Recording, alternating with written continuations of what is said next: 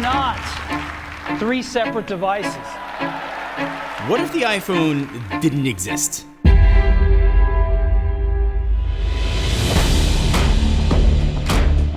No slide to unlock, no Face ID, no AirPods, Apple Pay, Apple Watch. One product, one decision, one keynote that doesn't happen, and the tech world takes a completely different path. Let's dive in to an alternate timeline where Apple never made the iPhone, and how the world as we know it today would be better off or a whole lot worse. There's something in the air.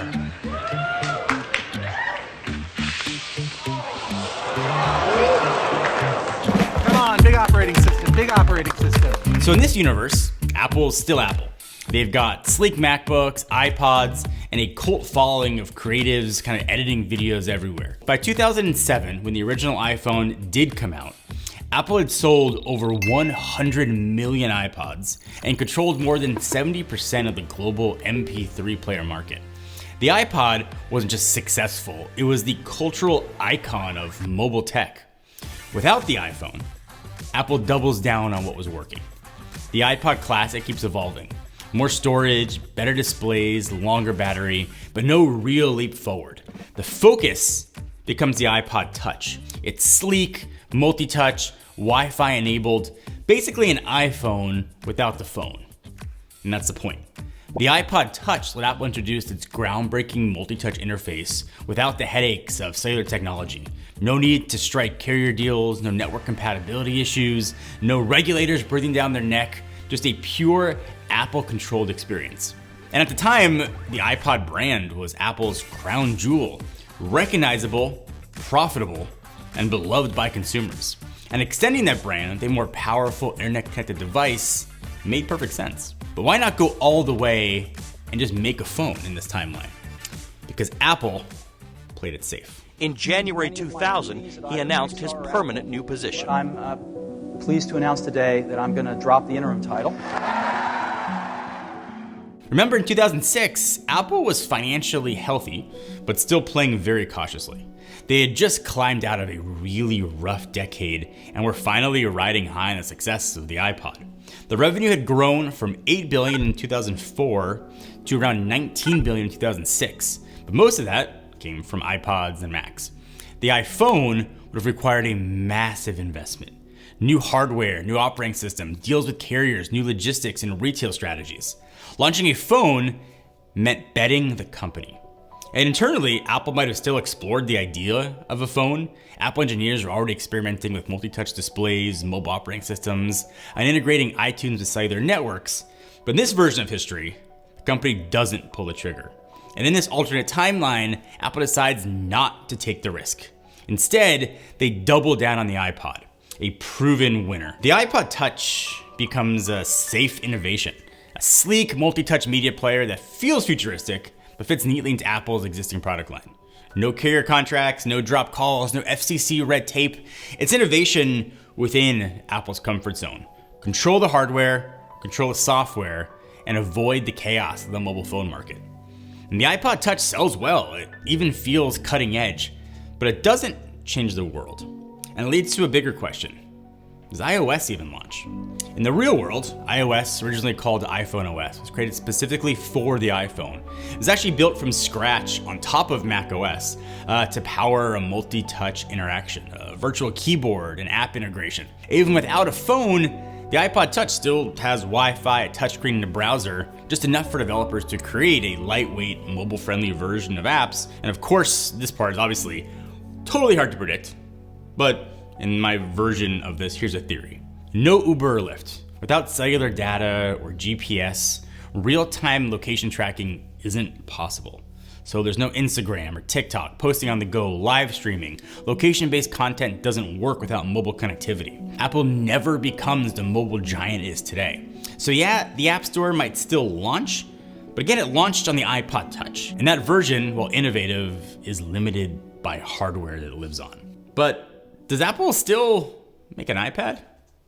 That's a tricky one. All right, so in this timeline, We never got the iPhone, but at least we did get AI tools that don't sound like a science fair project.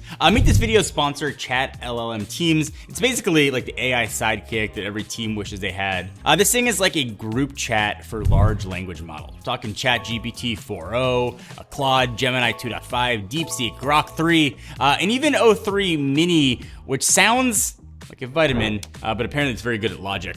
And thanks to something called Roulette LLM, large language model, you don't have to pick which model to use. It just knows which one is right. It's like the AI version of whatever, I'll have one of everything.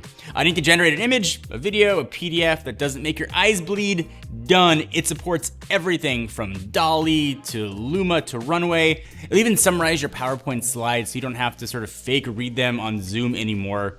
Plus, it'll talk to your code base, like for real. With Code LLM, you can ask it sort of why your code's not working, and it won't just reply like, I don't know, good luck, give you an error message.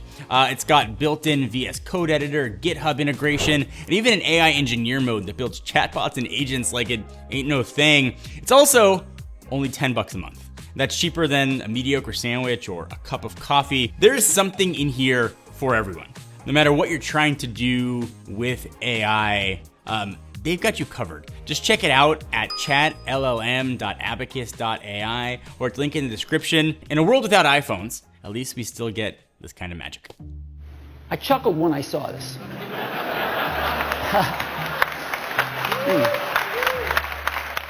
So in our real world timeline, the iPad was announced in 2010, 3 years after the iPhone. But actually behind the scenes, the iPad actually came first.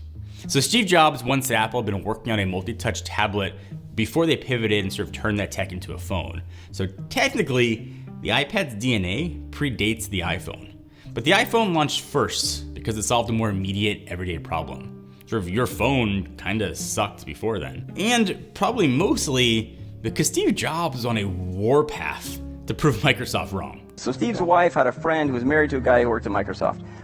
Every time Steve had any social interaction with that guy, he'd come back just pissed off. And he came back one time after seeing this guy, and that guy was talking about how Microsoft had solved tablet computing, and they're going to do it with pens, and he just like shoved it in Steve's face. And Steve came in on Monday, and there was a set of expletives, and then it was like, let's show them how it's really done. So maybe the iPad does launch, but it becomes more like a fancy media viewer than a laptop replacement. Think bigger iPod Touch with a focus on like iBooks and movies and lightweight browsing. It's definitely cool, but super niche. It doesn't spark the tablet boom that we saw in 2010s, and maybe netbooks actually become the norm and fill the void of tablets. And without the iPhone's influence, competitors like Android tablets or Windows hybrids don't feel the same pressure to keep up. The tablet category, I don't think ever hits the mainstream the way it did in our reality. Without the iPhone, Android does not pivot to a touch-first operating system. Instead, it leans into what it already was working on becoming, a smart communication platform for professionals, enterprise users. Welcome to Mountain View, California. I'd like to tell you about something I'm really excited about. It's called Android, and it's a new open source operating system and software platform for mobile phones. So in our alternate timeline, with no iPhone to shake things up, Android keeps evolving along that original path. Physical keyboards remain more common, styluses are mainstream, Android devices look more like ultra-portable tools than kind of all-in-one media machines. The user interface focuses on functionality, because Android's not trying to like delight you, it's trying to equip you, trying to compete with the king, which isn't Apple, it's BlackBerry. They were the dominant player before the iPhone, and in this reality, they're not just still in the game, they are dominating.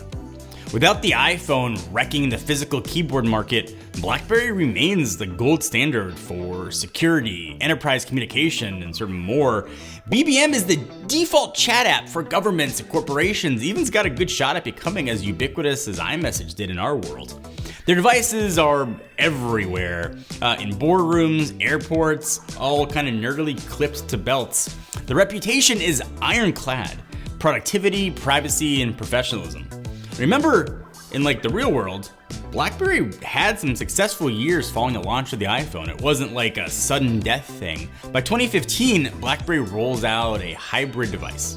Half touchscreen, half physical keyboard, and people go berserk for it. They love it. It's the best of both worlds.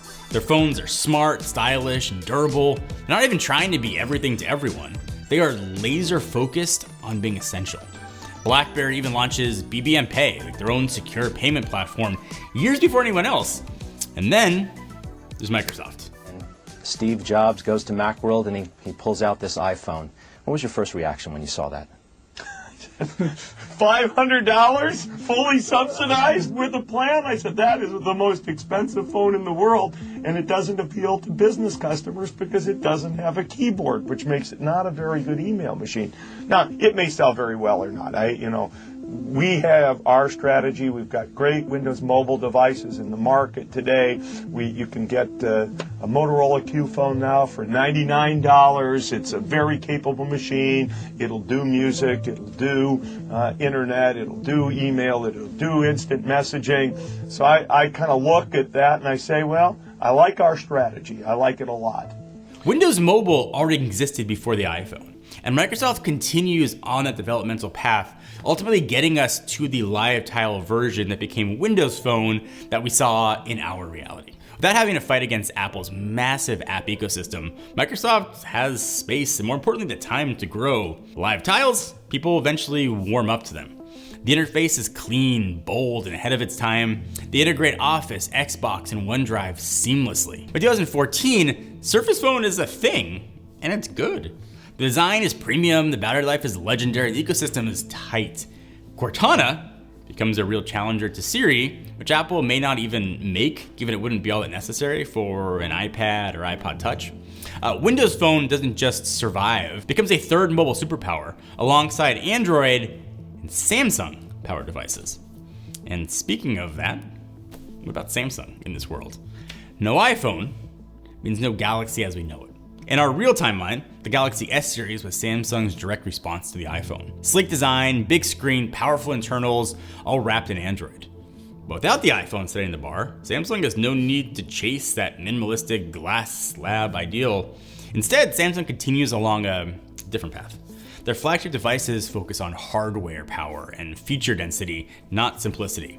Think dual screen clamshells, size-equipped workhorses, foldables way earlier, and phones packed with like every port imaginable. It's not about elegance, it becomes more about an engineering flex. And without iOS to compete, Samsung doubles down on its own software. Maybe they keep pushing their own in-house OS like Bada, or even evolve into something more sort of open and developer friendly. Say Tizen becomes more than smart TV platform. It powers phones, watches, tablets, and smart home gear in a tightly connected Samsung ecosystem. Hey guys, John here with a very special and much hyped unboxing for you. That's right, you guessed it, the Apple iPhone. But let's be real. The iPhone changed everything. It didn't just introduce a new kind of phone, it defined what a modern phone could be. It gave us the App Store, which unlocked creativity, entrepreneurship, and the convenience at a scale that we have never seen. It sparked competition that pushed every other tech company to innovate harder, faster, and bolder. Without the iPhone, we probably wouldn't have the Samsung Galaxy that we love today, or Android's flexibility, or Microsoft's seamless cross-device syncing, or even the idea that your phone could be your camera, your wallet, your social life, your studio, your office, your everything. The iPhone was not perfect.